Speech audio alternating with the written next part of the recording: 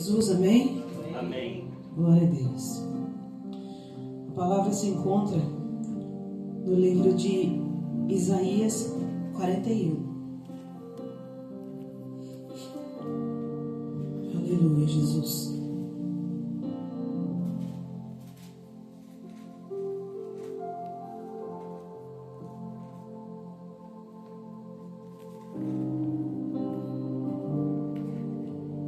Isaías 41, a partir do versículo 9.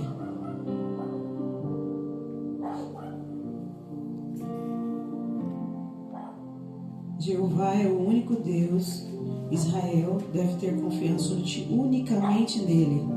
Aleluia. Tu, a quem tomei desde os confins da terra, e te chamei dentre os mais excelentes, e te disse, tu és meu servo, a ti te escolhi e não te rejeitei. Não temas, porque eu sou contigo. Não te assombres, porque eu sou o teu Deus. Eu te esforço e te ajudo e te sustento com a destra da minha justiça. Eis que envergonhados e confundidos serão todos os que se irritaram contra ti. Tornar-se-ão em nada, e os que contenderem contigo perecerão. Buscá-lo-ás, mas não os acharás. E os que pelejarem contigo tornar-se-ão nada. E como coisa que não é nada, os que guerreiam contigo. Porque eu, o Senhor teu Deus, te tomo pela tua mão direita e te digo, não temas, que eu te ajudo. Amém? Amém. Glória a Deus. Aleluia. Louvado seja o nome do Senhor. Pode se sentar em nome de Jesus. Glória a Deus. Essa é uma palavra de ânimo que o Senhor traz para as nossas vidas. Essa é uma palavra que o Senhor envia para cada um de nós para trazer confiança dentro dos nossos corações. Porque aqui o Senhor está dizendo para a gente não temer.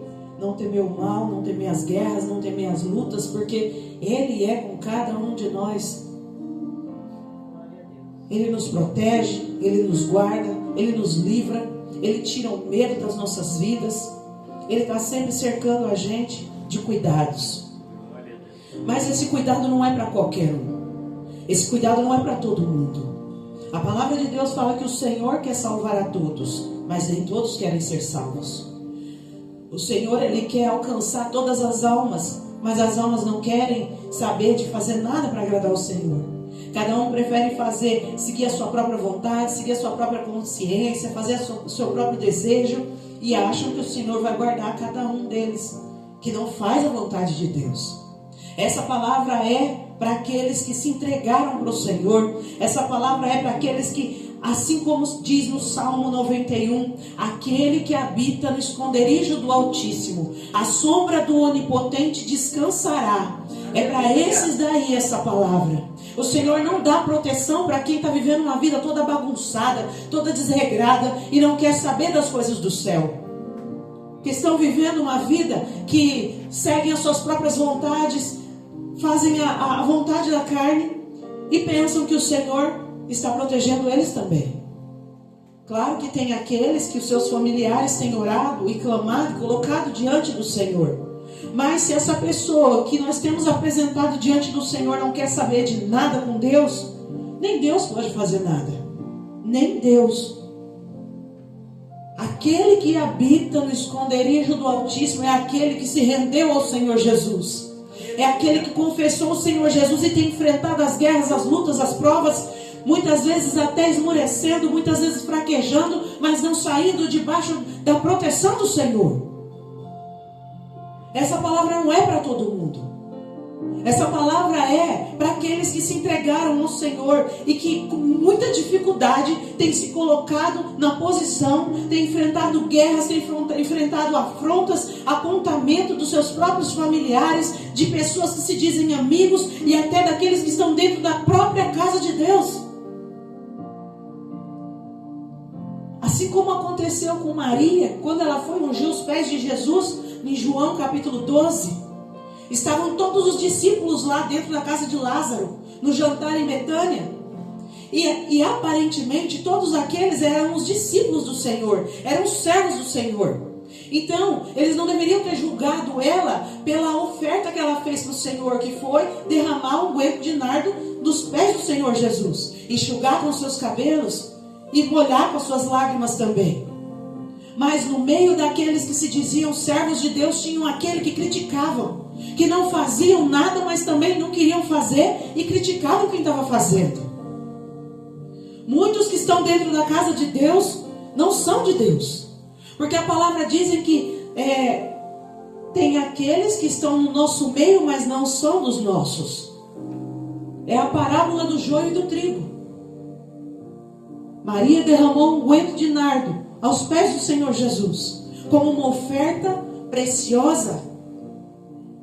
E Judas falou, porque ele estava com a bolsa onde ele roubava o dinheiro, que ele guardava as ofertas, mas ele roubava.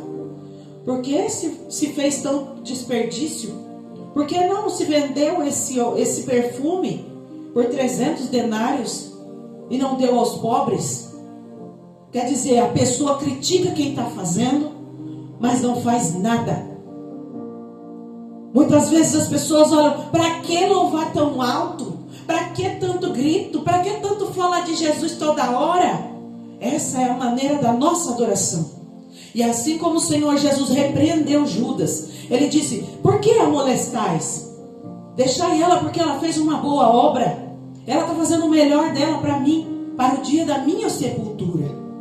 E o que ela fez vai ser lembrado por onde aconteceu, onde lerem essa palavra, vão lembrar do que ela fez. Ela fez o melhor.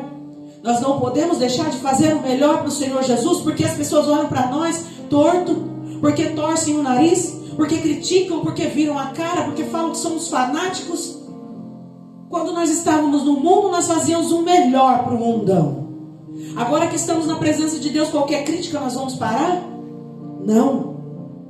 Essa palavra onde o Senhor diz, não temas porque eu sou contigo, não te assombres porque eu sou o teu Deus. Eu te esforço e te ajudo e te sustento com a destra da minha justiça. Aleluia. Ele está nos fortalecendo. Não se importa com o que vão falar de você, porque eu sou contigo. Eu estou com você o tempo todo. Eu te tomo pela minha mão, eu te ajudo, eu te ponho de pé quando você estiver caindo. Não é para qualquer pessoa, é para aqueles que estão debaixo da proteção do Senhor. É para aqueles que estão servindo ao Senhor verdadeiramente. É para aqueles que não desprezam o Senhor, que não viram as costas para Ele quando as coisas aparentemente não dão certo. Não é para todo mundo. Porque eu, o Senhor, teu Deus, te tomo pela tua mão direita e te digo, não temas, eu te ajudo. Eis que envergonhados e confundidos serão todos os que se irritaram contra ti. Tornar-se-ão em nada. Os que contenderem contigo perecerão. Quem é que deve tomar cuidado com essa palavra? Aqueles que levantam o seu dedo e apontam para o servo de Deus e criticam tudo que ele tem feito, falam que ele está errado, falam que ele não fala em nome de Deus. Nós temos que tomar cuidado, porque Deus é um Deus de justiça. A palavra fala que aquele que toca em vós é como tocar na menina do seu olho. Já tentou enfiar o dedo dentro do seu olho para ver se dói? Mesmo que sem querer eu já enfiei e dói. É a mesma coisa. Quando nós apontamos para aquele que serve a Deus, para aquele que faz a vontade de Deus, para aquele que se rendeu ao Senhor, nós apontamos, julgamos, criticamos. E Deus está lá do céu anotando tudo. Mexe. Continua colocando a mão onde não deve, porque a hora que eu descer a minha mão sobre você, você vai ver quem é esse que está me servindo e quem sou eu que cuido daqueles que são meus. Nós temos que tomar cuidado. As pessoas falam pelas costas, zombam, tiram sarro, faz tudo. Mas essa palavra aqui está mostrando que o Senhor é com aqueles que servem a Ele verdadeiramente, e que Ele é um Deus de vingança. Nós temos que abrir os olhos. Antes de falar qualquer coisa, pensa bem. Coloca o joelho no chão, ora e fala com Deus, para ver se é de Deus. Porque Deus é um Deus de justiça. Ele guarda aqueles que são seus. Assim como a galinha faz com os pintinhos. Quando ela vê o perigo se aproximar, ela abre as asas e os pintinhos correm para debaixo das asas dela. Assim é aquele que serve a Deus.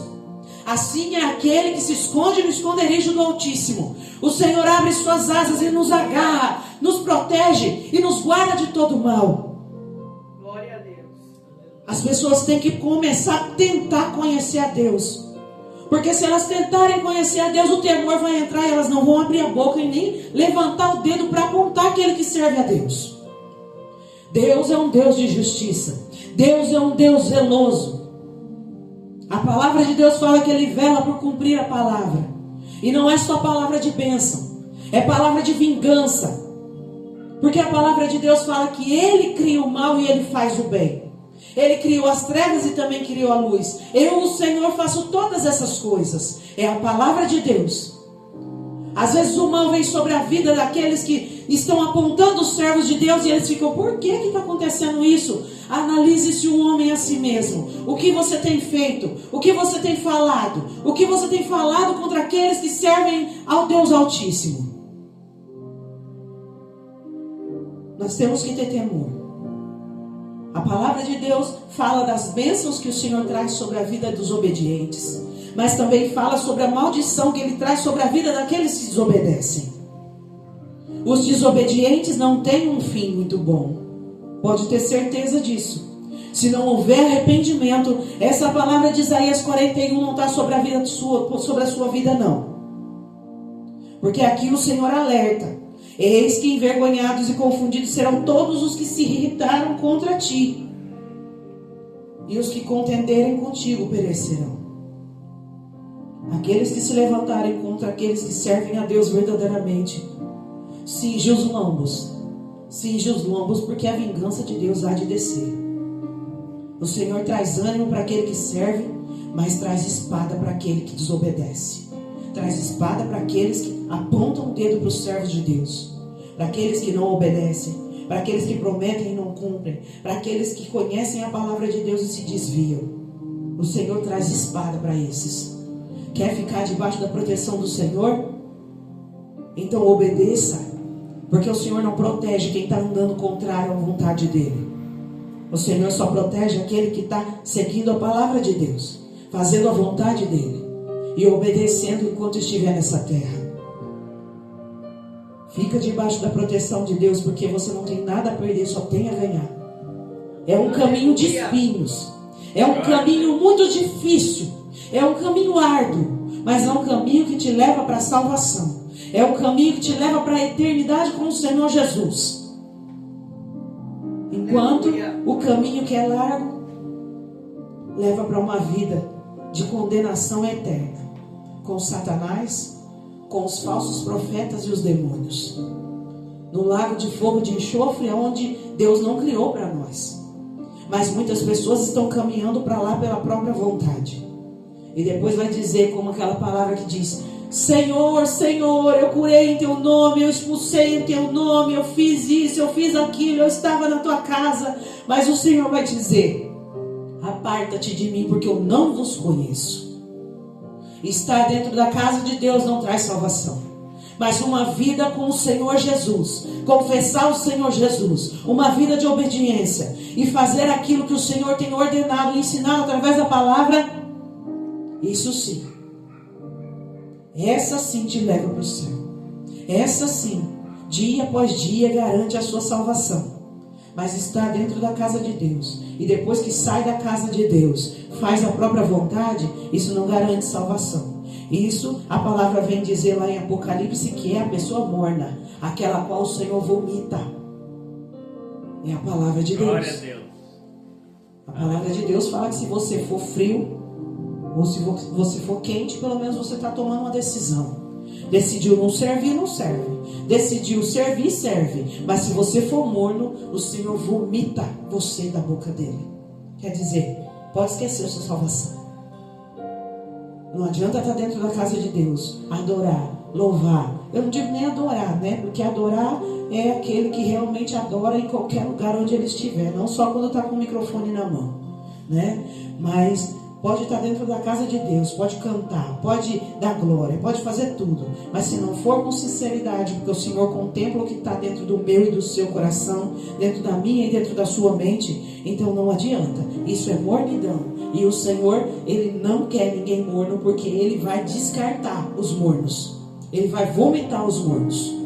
Obedeça o Senhor, para que essa palavra de Isaías 41 se cumpra na sua vida. Faça a vontade de Deus, para que Ele te proteja, te guarde, te livre de todo mal em todo tempo. Porque aqueles que estão dentro da casa de Deus e não fazem a vontade de Deus, vão passar pelo crivo do Senhor. Com certeza. E aqui eu agradeço a minha oportunidade, em nome de Jesus.